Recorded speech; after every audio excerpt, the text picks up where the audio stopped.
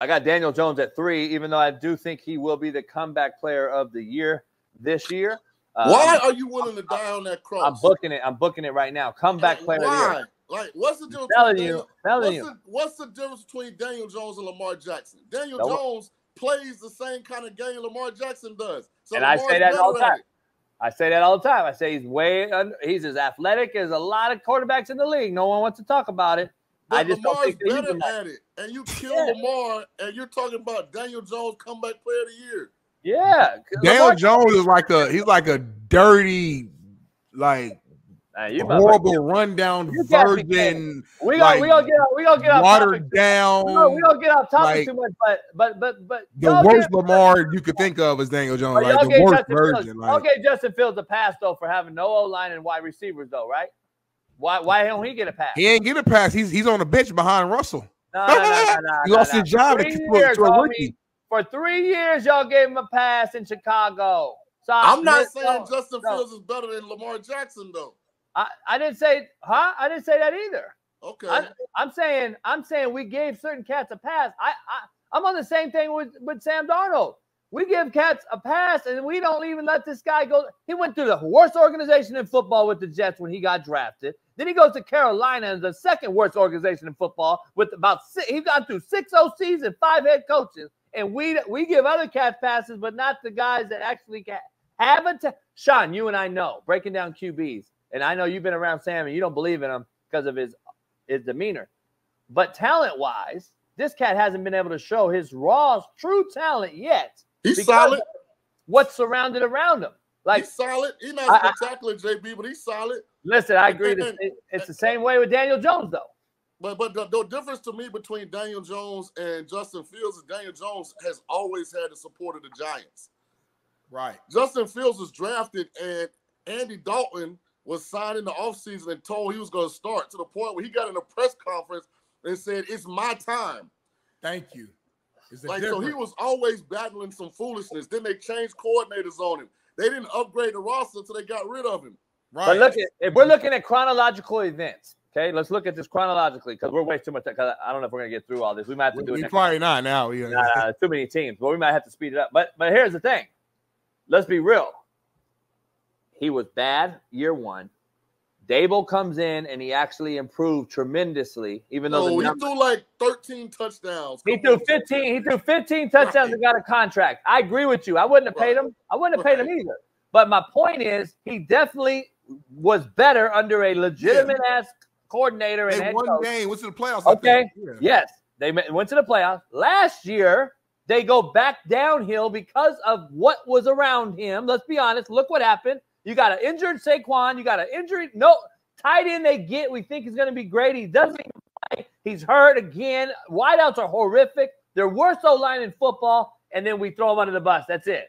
We didn't do that for Justin Fields is what I'm saying. He got excuse after excuse for having O-line, horribly O-line, bad wideouts, and then we gave him a pass. Justin Fields never got paid either, though. So it's different expectations. Different year. Hold on, because that's apples to oranges. Let's go apples to apples. Ooh, shit. Daniel Jones is a starting quarterback of the Giants last year. 2 touchdowns, 6 picks. Tommy DeVito as a starting quarterback of the Giants last year. 8 touchdowns, 3 picks. Ooh. Tyrod Taylor as a starting quarterback of the Giants last year. 5 touchdowns, 3 picks. Ooh. So the other 2 guys threw 13 touchdowns and 6 picks. Daniel Jones threw 2 touchdowns and 6 picks. So that wasn't all just bad teammates, because the other guys find a way to be more successful with those same teammates than he did. Hey, then Foles is better than Deshaun Watson. Flacco. Flacco.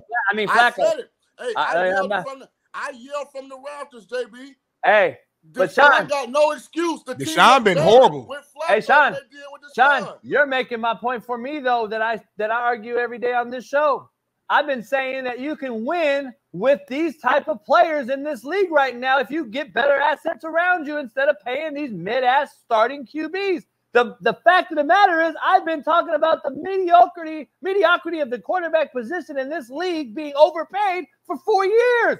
This is my point. We got backups like Jordan Cooper. What's his name? Cooper Rush. Cooper Rush, Maction.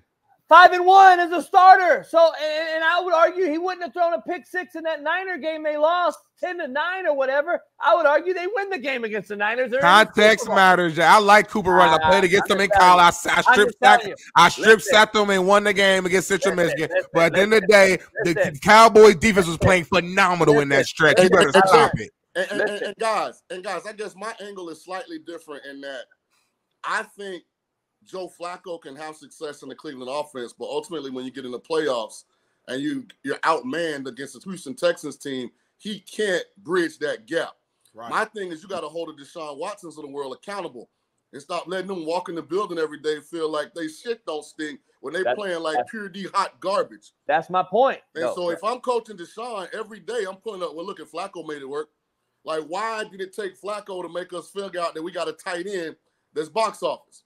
Like, there's just some things that Deshaun got to be honest with himself about that all go back to him. And I think the lack of accountability once a quarterback gets paid is the issue in the NFL. Not the fact that there's some guys less talented that are better, but the people are afraid to hold guys accountable. Like, if I'm coaching Dak, like Dak, man, look, we got to be honest with this in the playoffs for whatever reason, man, you get turnover prone. So we got to find some balance.